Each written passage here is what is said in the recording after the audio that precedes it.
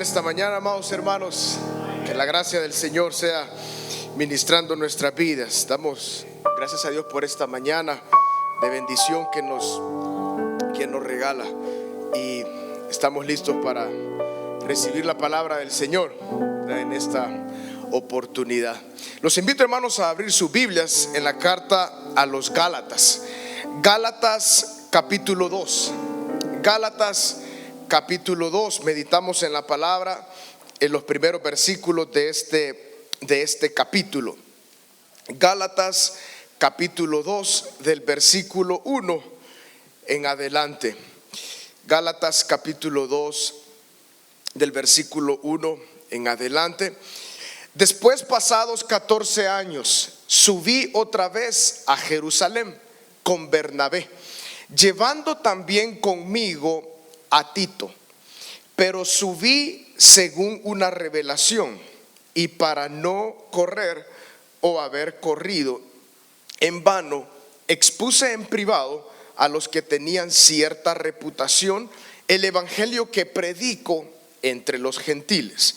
Mas ni aun Tito, que estaba conmigo, con todo y ser griego, fue obligado a circuncidarse.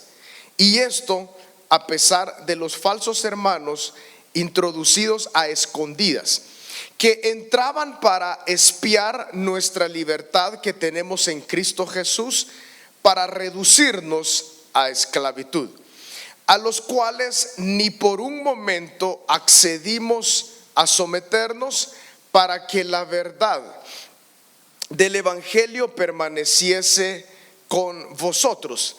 Pero de los que tenían reputación de ser algo, lo que hayan sido en otro tiempo, nada me importa. Dios no hace acepción de personas.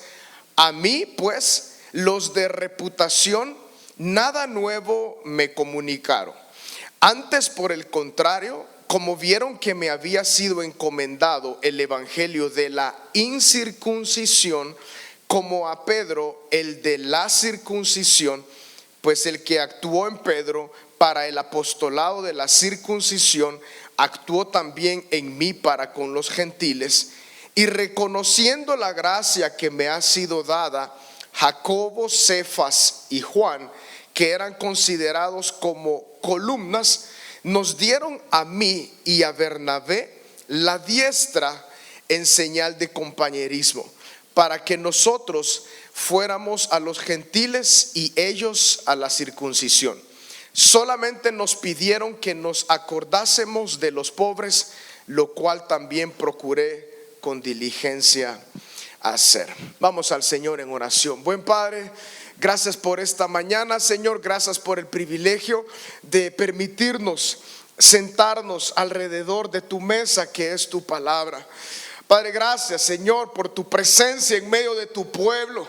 Señor, que tu palabra, Señor, siempre tenga tal poder en nuestro espíritu y en nuestra vida, que produzca esos cambios, Señor, esa transformación gloriosa que tú puedes hacer. En esta oportunidad, Señor, háblanos a través de tu palabra. Haznos comprender, Señor, la grandeza de los misterios que hay en ti, Señor Jesucristo. Que nuestros ojos sean abiertos cada vez más, que haya una satisfacción plena en tu palabra, Señor, y una experiencia vívida de Cristo constantemente, Señor, y que podamos vivir para tu gloria completamente. Gracias, Padre, en tu santo nombre, Jesús.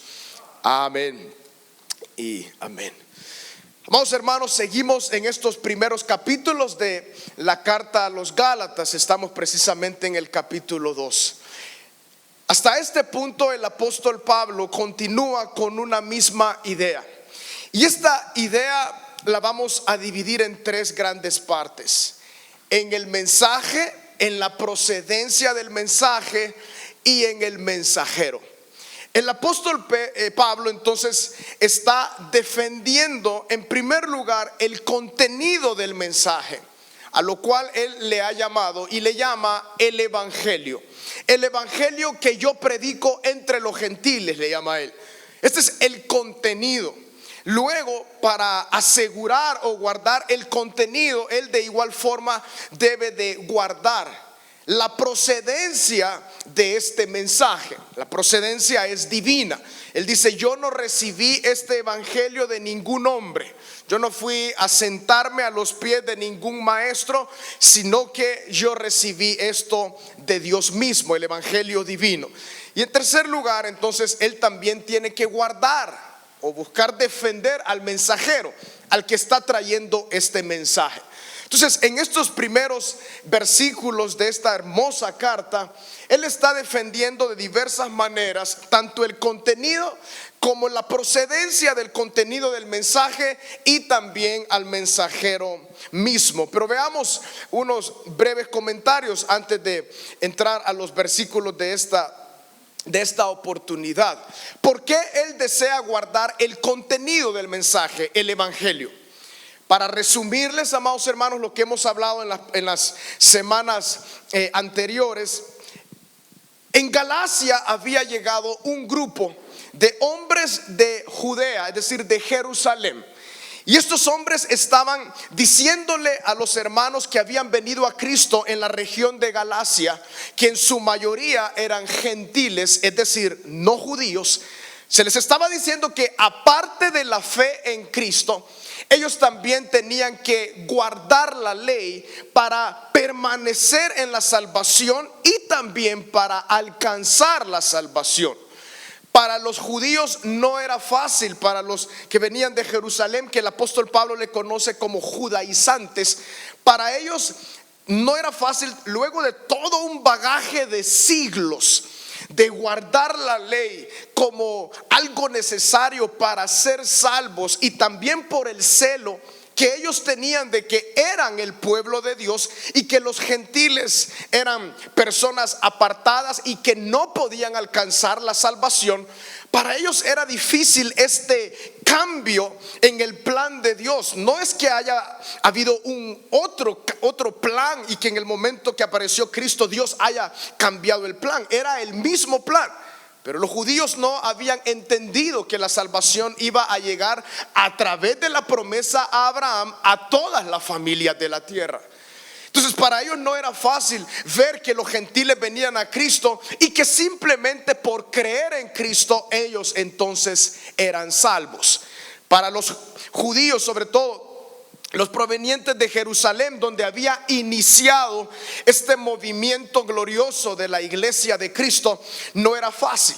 Ellos entonces, al llegar a Galacia, empezaron a comunicarles a los hermanos: hermanos, aparte de creer en Jesucristo, que es lo que dice el hermano Pablo, aparte de eso, ustedes tienen que guardar la ley. Por ejemplo, circuncidarse, guardar los días, guardar las fiestas. Y todo esto va a ser necesario para que ustedes se mantengan, permanezcan en la salvación y alcancen la salvación. Para el apóstol Pablo, este mensaje distorsionado era algo sumamente duro para él comprender y escuchar y ver.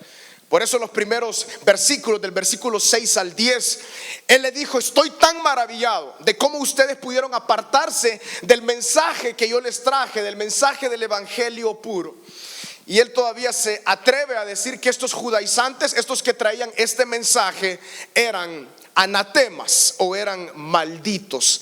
La verdad que la palabra es muy dura, pero podemos comprender por qué el apóstol Pablo está guardando tanto el contenido de este mensaje, ya que si ellos optaban por creer lo que estaban trayendo los judaizantes, esto sería, hermanos, muy peligroso, que de hecho todavía vemos desviaciones de este tipo hoy en día. En segundo lugar, él tenía que guardar la procedencia de este mensaje. Y él dice: hermanos, yo no recibí lo que yo les he comunicado, el evangelio. Yo no lo he recibido de hombre alguno. Yo lo recibí de Dios mismo. Y entonces, para defender la procedencia del mensaje, él va y comparte acerca de cómo él recibió este mensaje.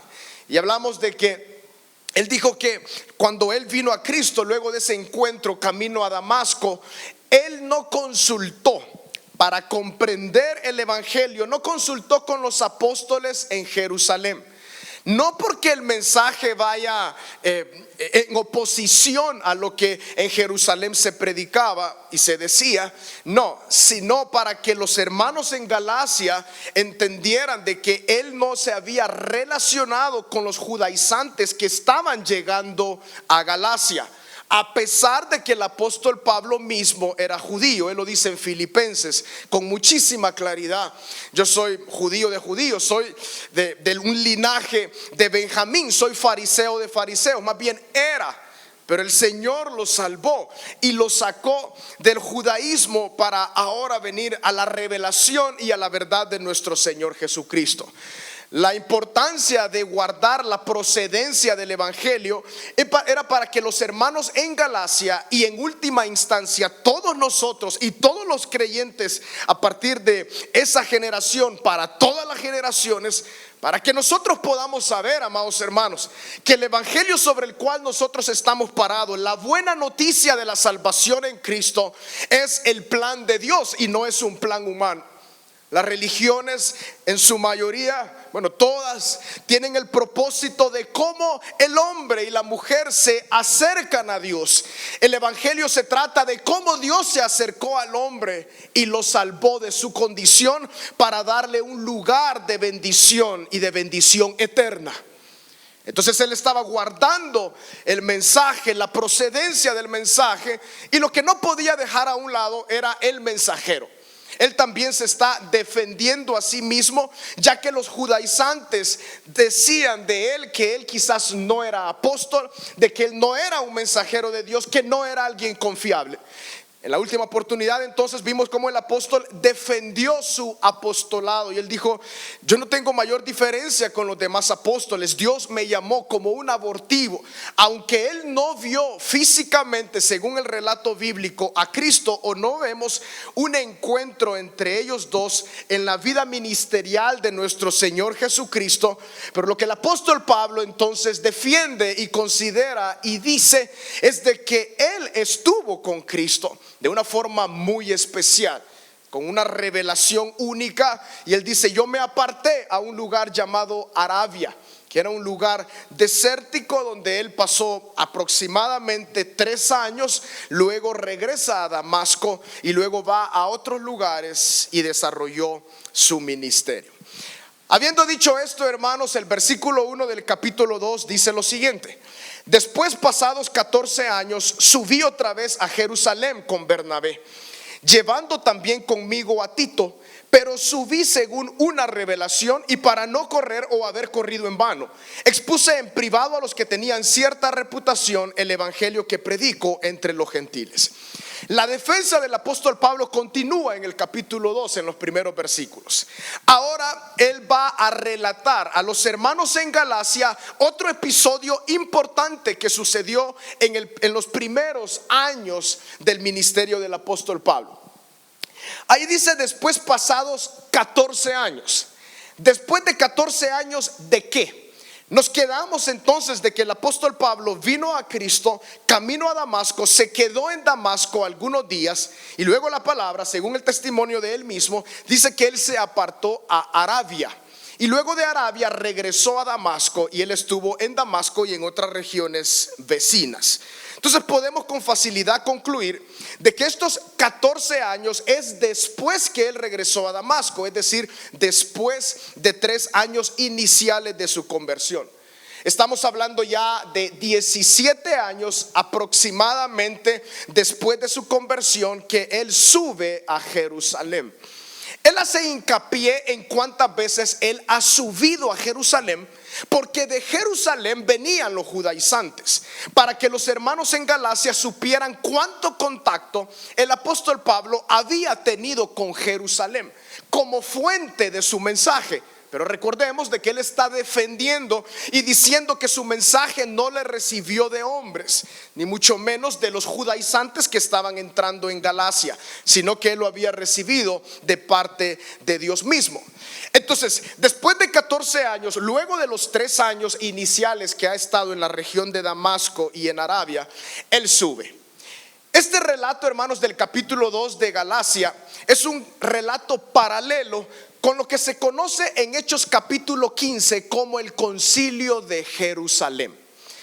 Para entender de forma completa lo que el apóstol Pablo está diciendo y relatando en el capítulo 2 de Gálatas, debemos entender lo que Hechos capítulo 15, que es el Concilio de Jerusalén, ¿qué es? ¿Por qué se dio? ¿Y cuál fue la circunstancia? Ustedes lo pueden leer en sus casas. Yo les quiero relatar un poco acerca de qué estaba sucediendo en Hechos capítulo 15. Algo muy similar a lo que estaba ocurriendo en Galacia. Y él, para darle fuerza a lo que está defendiendo en este momento a la iglesia en Galacia, comenta y cuenta lo que ocurrió años antes de este preciso acontecimiento. ¿Qué estaba ocurriendo? ¿Por qué se reunieron en Jerusalén? Lo que se conoce como el primer gran concilio de las autoridades puestas por Dios de la iglesia. Cuando el apóstol Pablo estaba sirviendo en Antioquía, él desarrolló muchísimo ministerio en Antioquía. De hecho, Antioquía, digamos que fue el centro de operaciones de la iglesia primitiva apostólica, y desde ahí habían muchos servidores, muchos evangelistas, muchos pastores, muchos profetas, muchos misioneros salieron de ese lugar llamado Antioquía, que está al norte de Israel.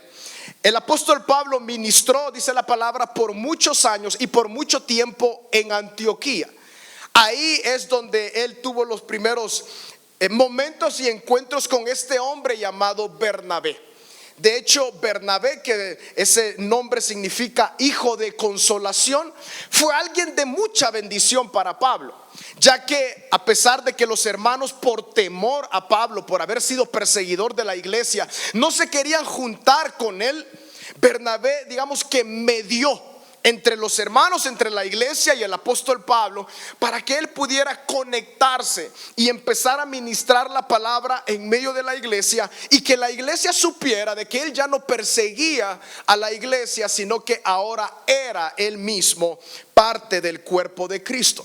En Antioquía, entonces, ministrando por bastante tiempo la palabra del Señor, ahí fue donde Dios llamó al apóstol Pablo y a Bernabé.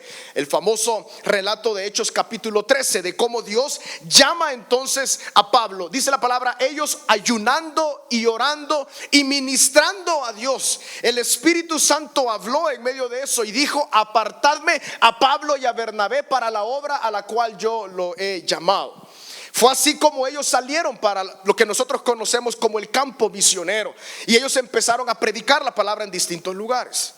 Pero en Antioquía sucedió un detalle, que los judaizantes, en algún punto que el apóstol Pablo estaba ministrando en Antioquía, llegaron ahí. Luego que ellos habían hecho su primer viaje misionero y habían predicado la palabra a los gentiles, y tremendas y grandes cosas ocurrían en medio de ellos, sanidades, milagros, tremendas cosas, y también muchos de ellos eran salvados y venían a la verdad de Cristo. Cuando ellos regresan a su base, es decir, a Antioquía, ellos se encuentran con algunos judaizantes, y los judaizantes traían esta misma idea que luego llevaron a la región de Galacia.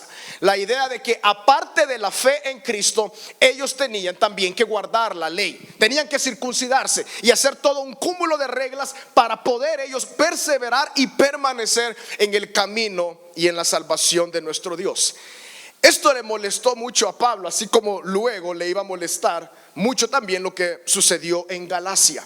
Bernabé, Pablo y los hermanos que estaban en Antioquía, dice la palabra que se dio una discusión. Y esa palabra discusión en Hechos capítulo 15 es una palabra traducida, una palabra liviana para decir de lo que estaba ocurriendo ahí. Algunos comentaristas de la palabra consideran de que se dio una tremenda pelea. Pero si somos hermanos, bueno, pero la verdad es que el apóstol Pablo aparentemente era alguien muy seguro, y sobre todo por los elementos que ya dijimos, el contenido del mensaje, la procedencia, y por el mensajero, él defendía a capa y espada la revelación recibida. Y él comprendía de que este era el mensaje para salvación de todo el mundo. Por eso él dice en Romanos capítulo 1, porque no me avergüenzo del evangelio, porque es poder de Dios para la salvación de todo aquel que cree. A los judíos primeramente y a los gentiles, a los griegos de igual forma. Entonces, defendiendo y analizando lo que está sucediendo, el problema se hizo tan grande que entonces se decidió en Antioquía de que Pablo y Bernabé subiesen a Jerusalén para platicar con las autoridades puestas por Dios en ese lugar de la iglesia de Cristo. Él aceptó. Y a eso se refiere el capítulo 2, que el apóstol Pablo, estando años más adelante, está relatando de lo que ocurrió años atrás para dar y seguir dando fuerza a su defensa, a lo que él está defendiendo en ese momento. Y él dice: yo subí a Jerusalén con Bernabé, llevando también conmigo a Tito. Que él llevara a Tito es la primera mención en cuestión de tiempo que aparece este hermano llamado Tito, que era un joven, así como Timoteo, un discípulo del apóstol Pablo. Y él dice: y yo llevé a Tito. ¿Cuál es la importancia de que el apóstol Pablo mencione en este contexto a Galacia que llevó a Tito? Es muy importante, porque Tito, a diferencia de Pablo y Bernabé, Tito era griego, es decir, que Tito era gentil. Y observemos entonces lo que dice el versículo 2. Subí según una revelación, y para no correr o haber corrido en vano, expuse en privado a los que tenían cierta reputación el evangelio que predico entre los gentiles. Él subió entonces a Jerusalén, y dice que en privado se reunió con estos hombres. ¿Quiénes son los que tenían cierta reputación?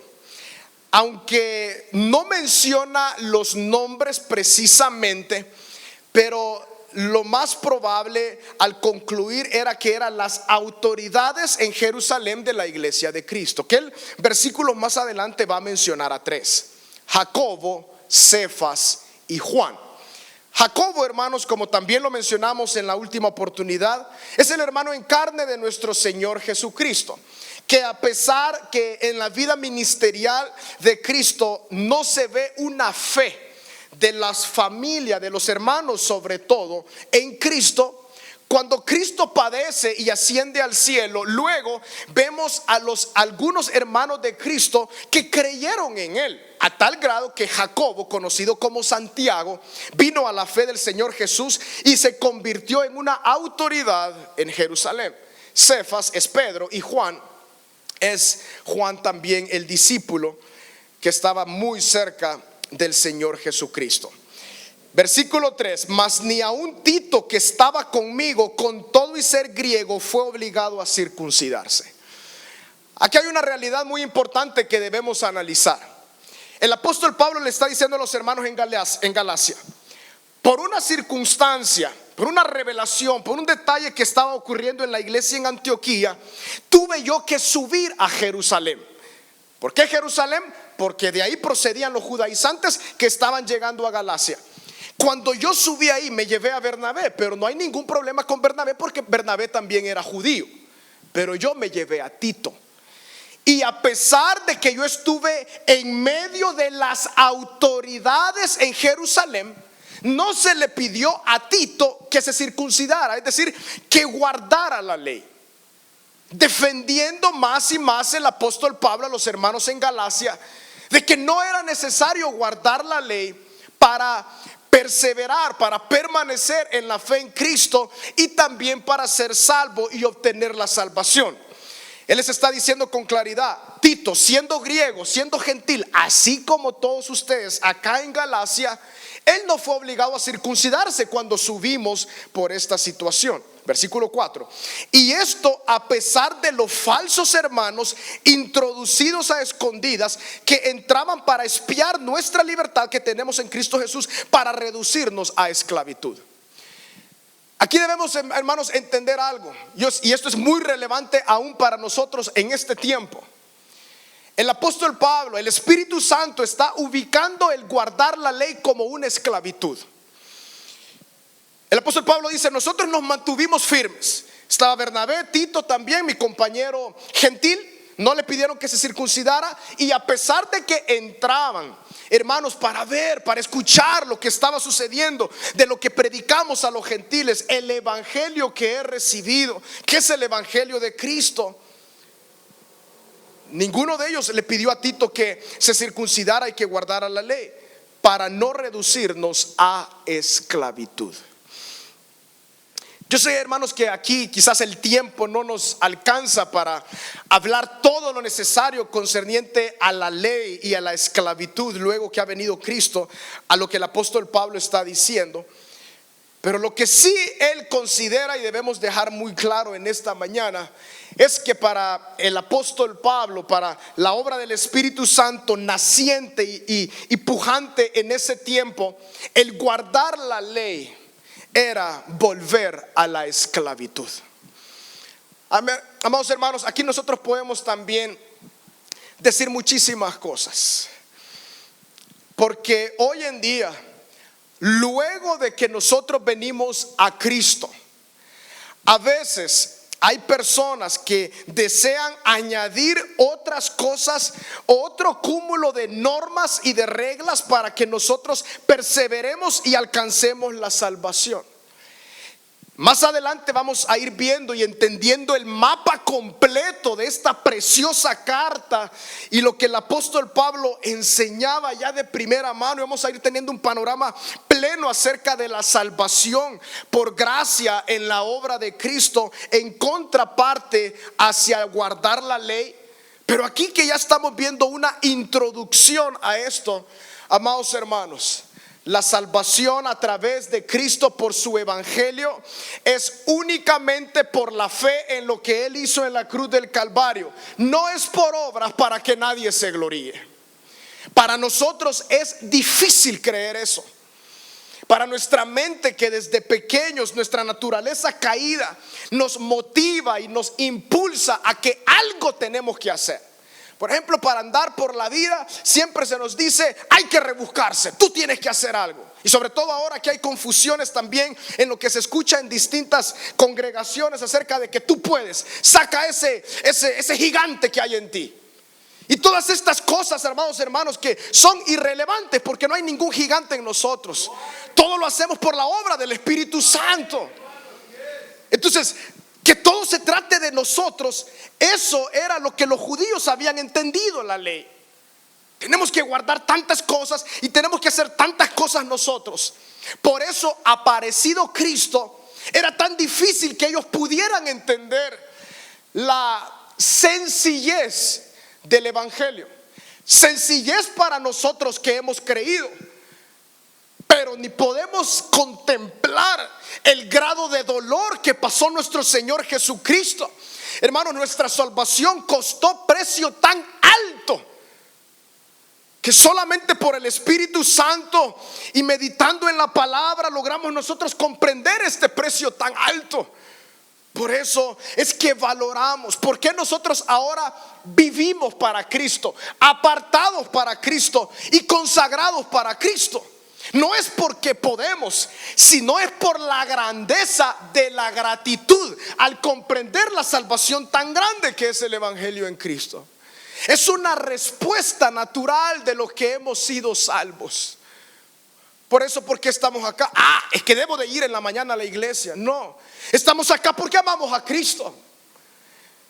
Todo lo que hacemos es en gratitud a nuestro Señor. Entonces el apóstol Pablo dice: yo no permití que los hermanos allá en Jerusalén nos volvieran a la esclavitud, ni permití que a Tito le dijeran nada.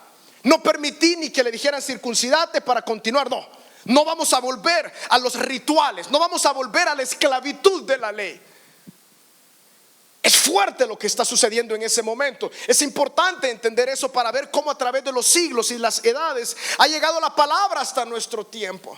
Y cómo nosotros de igual forma, amados hermanos, somos llamados a perseverar, a permanecer en este evangelio de nuestro Señor Jesucristo, cuando se trata de Cristo y la gloria para Cristo, porque Él fue el que se entregó por cada uno de nosotros. Primera carta de Juan, no se trata de cuánto nosotros hayamos amado a Dios, se trata de que Él nos amó primero y se entregó a través de su Hijo Jesucristo. El apóstol Pablo entonces tenía el peso de esta revelación, tenía el peso del evangelio. Entonces él continúa diciendo, versículo 5: a los cuales ni por un momento accedimos a someternos, para que la verdad del evangelio permaneciese con vosotros. Miren qué lindo lo que el apóstol dice. Yo estoy defendiendo a capa y espada el mensaje del evangelio y la procedencia, para que en ustedes permanezca la firmeza del evangelio.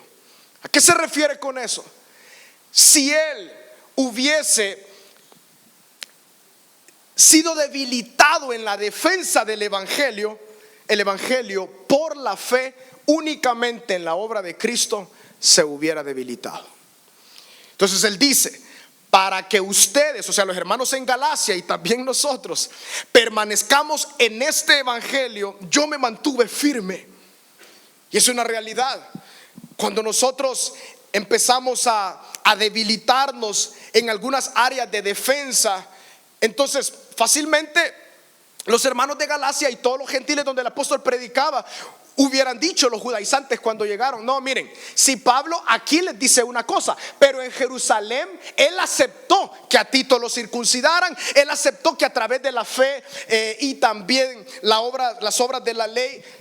Entonces él dijo, bueno, va a hablar dos cosas en distintos lugares, va a hablar una cosa entre los gentiles y otra en Jerusalén. No, dice él, yo me mantuve para que la fe permaneciese en ustedes. De forma directa el apóstol Pablo estaba defendiendo y luchando con todo esto que estaba alrededor de él. Pero nosotros de igual forma en este tiempo debemos luchar, hermanos, y sobre todo espiritualmente, en la batalla espiritual, para mantenernos ante todos los embates y mentiras del enemigo que llegan a nuestra mente y a nuestro corazón. El enemigo siempre buscará, Dios no te... cuando uno se equivoca y peca, el enemigo rápidamente dice, no, tú ya estás apartado. Mira todo lo que estás haciendo, mira todo lo que has hecho. El enemigo busca siempre engañarnos, pero cuando nos mantenemos firmes en la verdad del evangelio, podemos responder ante esas acechanzas. No se trata de lo que yo hice, se trata de lo que Cristo hizo por mí. Y batallamos en contra del enemigo constantemente a través de las acechanzas de maldad que él quiere poner en nuestra mente y en nuestro corazón. Batallamos no en nuestra fuerza, sino en la obra de Cristo para defensa de nuestra vida. Pero cuando decimos, sí, lo que yo hice, sí, qué tremendo, y todo se vuelve la óptica ahora ya es lo que nosotros hicimos. Hermanos, no caigamos en esa trampa. Yo sé que cuesta, pero constantemente podemos mantenernos firmes y decir, no me doblegaré ante creer que se trata de lo que yo hice. Se trata de lo que Cristo hizo por mí en la cruz del Calvario y en la fe que he puesto en esa obra. Entonces el apóstol Pablo defendió el evangelio y él dice, para que la verdad del evangelio permaneciese con vosotros. Este hombre sí amaba, o había sido madurado y estaba creciendo en amor. Él defendía no por su nombre únicamente, él estaba defendiendo el evangelio por amor a los hermanos, para que esto permaneciese en los hermanos. Versículo 6: los que tenían reputación de ser algo, a mí pues los de reputación nada nuevo me comunicaron. Antes, por el contrario, como vieron que me había sido encomendado el evangelio de la incircuncisión, como a Pedro el de la circuncisión. Veamos estos detalles. ¿A qué se refiere con que nada nuevo me comunicaron? Ya vimos de que esta fue una reunión con las autoridades, con los de cierta reputación, como dice unos versículos atrás. Y eran hombres de Jerusalén, Jacobo, Cefas y Juan y otros también que estaban ahí, incluidos aquellos que entraban a escondidas para escuchar lo que se estaba diciendo. Él dice: nada nuevo me comunicaron. ¿A qué se refiere con esto? Esta no es una actitud de, ya ven, yo soy mejor que los que estaban allá. No, lo que está queriendo dar a comprender el apóstol Pablo es de que no hubo una mezcla o algo en contraposición de lo que se estaba diciendo en Jerusalén por las verdaderas autoridades en Jerusalén y el apóstol Pablo que estaba predicando a los gentiles. Nada nuevo significa no me dijeron nada extra al evangelio que yo predico, sino que todo lo contrario. Nuestro mensaje iba totalmente de la mano, tanto lo que yo predico con los gentiles como lo que se dice en Jerusalén. Nada nuevo me comunicaron. Entonces el apóstol Pablo les está diciendo a los hermanos en Galacia: hermanos, las autoridades en Jerusalén a mí no me dijeron nada extra, pero estos judaizantes que vienen de allá pero con una mentalidad torcida están entonces queriendo implementar esto que ustedes están siendo engañados. Y luego el versículo 7, en la parte final, dice que me ha sido encomendado el evangelio de la incircuncisión como a Pedro el de la circuncisión. No es que hay dos evangelios, sino que Dios en su plan perfecto y soberano y gracia envió al apóstol Pablo a los gentiles. Eso es lo que se conoce como la incircuncisión, porque la circuncisión eran los judíos. Y finalizamos en el versículo 9 y en el versículo 10.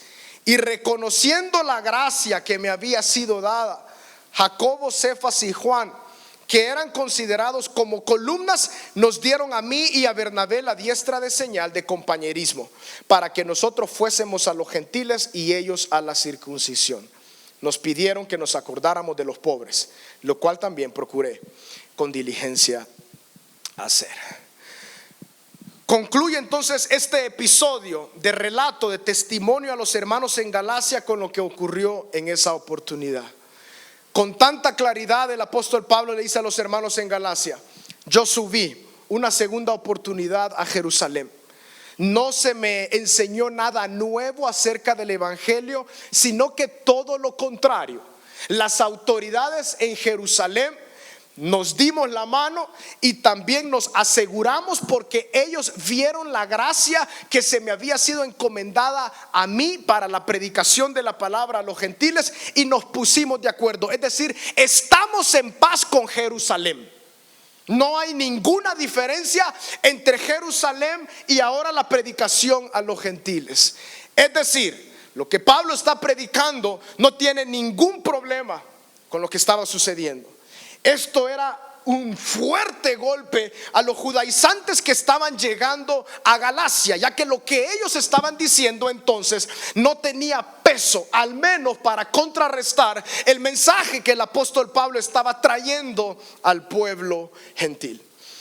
Finalizo con estos dos pensamientos. Según Hechos capítulo 15, el concilio de Jerusalén termina de esta manera.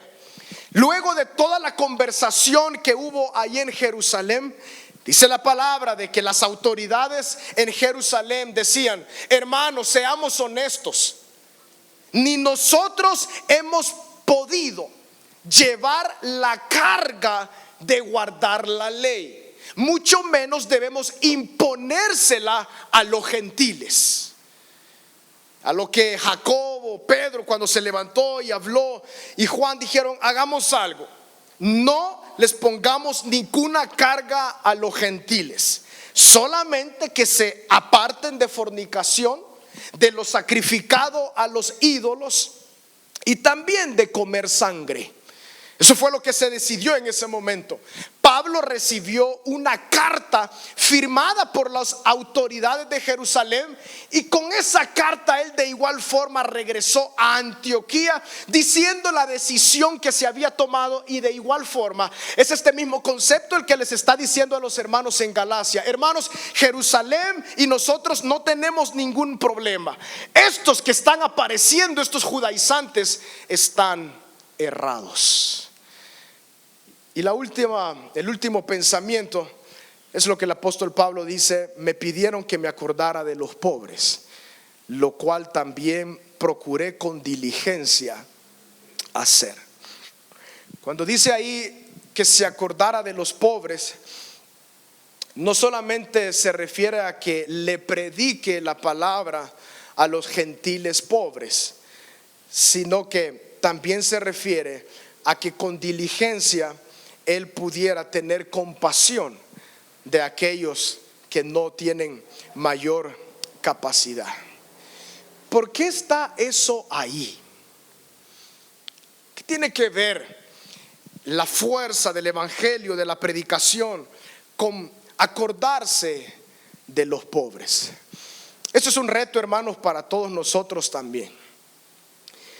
La iglesia en Jerusalén, que tuvo distintas temporadas difíciles en cuanto a la economía, porque muchos que vinieron a Cristo estaban siendo perseguidos, perdían sus propiedades, perdían lo que ellos tenían, y entonces eran totalmente apartados. De hecho, hubo una temporada fuerte en la que en Jerusalén la iglesia estaba con muy escasos recursos. ¿Se recuerdan ustedes cuando el apóstol Pablo, la iglesia en Corinto, está pidiéndoles una colaboración de amor para llevar a Jerusalén por la situación en la cual ellos están? Entonces, hermanos, la idea, el consejo aquí para Pablo es: hermano, haya persecución o no, si hay hermanos de escasos recursos, por favor acuérdate de ellos. Por favor, que se apoye a todos los hermanos. Esto fue como un consejo. Les está diciendo: nada nuevo me enseñaron. Lo que sí me aconsejaron es que yo me recordara de los pobres. Y nosotros de igual forma, amados hermanos, aunque tal vez alguno de los que estamos acá se considere pobre, no lo sé. Sobre todo somos llamados a ser pobres en espíritu, humildes delante del Señor. Pero somos llamados a siempre apoyar, según la guianza del Espíritu Santo, a aquellos que están en una condición más complicada que nosotros. Esto es parte básica de la vida en Cristo. No ayudamos a los pobres para ganar puntos con Dios, sino en respuesta a la salvación que hemos recibido del Señor. El apóstol Pablo entonces dijo: yo con diligencia, o sea, con cuidado, con organización, con orden, ayudé a los pobres. De igual forma, hagámoslo nosotros.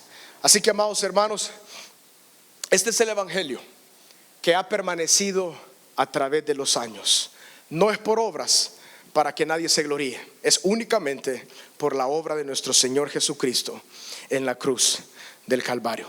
Oremos. Buen Padre, gracias, Señor, por tu santa palabra, el evangelio poderoso de Cristo. Gracias, Señor, por abrir nuestros ojos espirituales para ver a Cristo. Aleluya, dele gracias al Señor. Cristo, que tú te nos hayas revelado, Señor, es un milagro tuyo, Padre. Y te pedimos, Señor, que podamos permanecer firmes en esta realidad, que no caminemos hacia un lado y otro, Señor. Se trata únicamente de la obra de Cristo en la cruz del Calvario. No se trata de un conjunto de normas que nosotros podemos alcanzar para ganar el favor de Dios. No queremos caer en esclavitud, Señor, sino vivir en la libertad del poder de Cristo en la cruz y de la fe puesta en Cristo en nuestra vida como el único requisito para venir a ti, Cristo, y para permanecer en ti, Señor. Señor, a través de tu palabra, quita, Señor, que puedas poco a poco ir quitando si hay detalles en nuestra mente y en nuestro corazón que están ahí desde hace mucho tiempo, Señor, y nos esclavizan. Patrones de pensamiento, de considerar de que se trata de lo que nosotros hacemos hoy por ti. Pero, Señor, no hay nada que podamos hacer por ti para hacer algo mayor que la obra que ya Cristo hizo. Lo que somos llamados a hacer es poner nuestra mirada en nuestro Señor Jesucristo. Aleluya. Esta alabanza dice: darte mi vida. Darte mi vida, Cristo. Darte mi vida. Darte mi vida, Cristo. Darte mi vida, Cristo. Fue la mejor decisión que pude hacer. Una vez más, darte mi vida a Cristo con todo nuestro corazón. Darte mi vida a Cristo. Darte mi vida a Cristo. Darte mi vida a Cristo. Fue la mejor decisión que pude hacer. En tu amor yo estoy seguro. En tu amor yo estoy seguro. Aleluya. De tu amor yo nunca dudo. Yo nunca dudo. Aleluya. En tu amor yo estoy seguro. Fue la mejor decisión que pude hacer. Aleluya. Una última vez. Y darte mi vida a Cristo. Aleluya. Y darte mi vida a Cristo. Darte mi vida a Cristo. Fue la mejor decisión que pude hacer. Fue la mejor decisión que pude hacer. Fue la mejor decisión que pude hacer.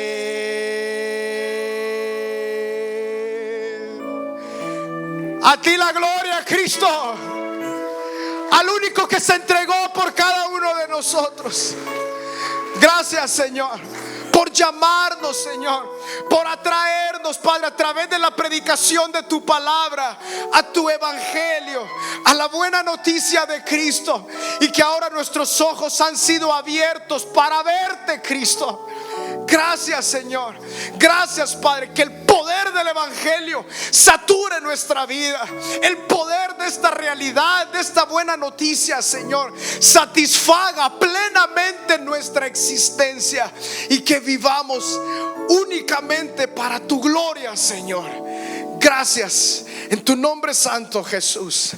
Amén y amén. Que el Señor me les bendiga, amados hermanos. Estimado amigo y amiga que en esta hora ha escuchado el mensaje de la palabra de Dios, Dios tiene una linda oportunidad para usted, pero usted tiene que tomar una decisión, y es una decisión de fe. Y esa decisión tiene dos grandes partes. Uno, que le pida perdón a Dios por haberle ofendido a Él con sus pecados. Y en segundo lugar, creer que Él derramó su sangre para perdonarle todos sus pecados. Si usted quiere en esta hora abrir su corazón a Dios y decirle: Señor, sálvame, le voy a dirigir en una oración que contiene estos dos elementos que le he mencionado. Por favor, ahí donde está, haga esta oración conmigo. Diga: Padre eterno que estás en los cielos, me arrepiento de todo corazón por haber pecado contra ti. Reconozco que soy una persona pecadora. Me duele, Señor, el haberte ofendido con todos mis pecados. Límpiame con tu sangre que derramaste en la cruz. Creo que resucitaste para mi justificación delante de tus ojos. Por ello, Señor, te abro mi corazón y te recibo como mi único y suficiente Salvador. En Cristo Jesús. Amén y amén. Le felicito a todas aquellas personas que en esta hora han tomado a bien darle su vida a Jesús. Ahora, ¿qué tiene que hacer? lea la Biblia. La Biblia es como un poema de amor de Dios para usted. Es su alimento, es su pan diario. Además de eso, ore. Orar es platicar con Dios en nombre del Señor Jesucristo. Congréguese en la iglesia para que usted sea edificado y fortalecido. Y también recuerde que si vuelve a caer en algún pecado, pídale perdón a Dios y no se quede postrado a la mitad del camino. Sacúdase el polvo a través del arrepentimiento, pidiéndole perdón a Dios, y levántese y siga caminando, porque Jesús le espera al final del camino. Que Dios le bendiga.